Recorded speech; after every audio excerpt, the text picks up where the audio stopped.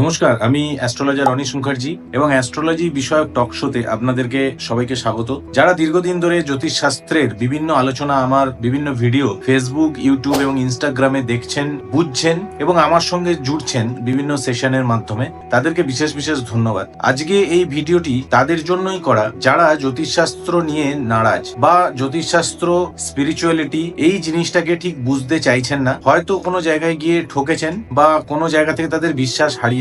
আজকে এই ভিডিওটা বিশেষ করে তাদের জন্যই প্রস্তুত করছি।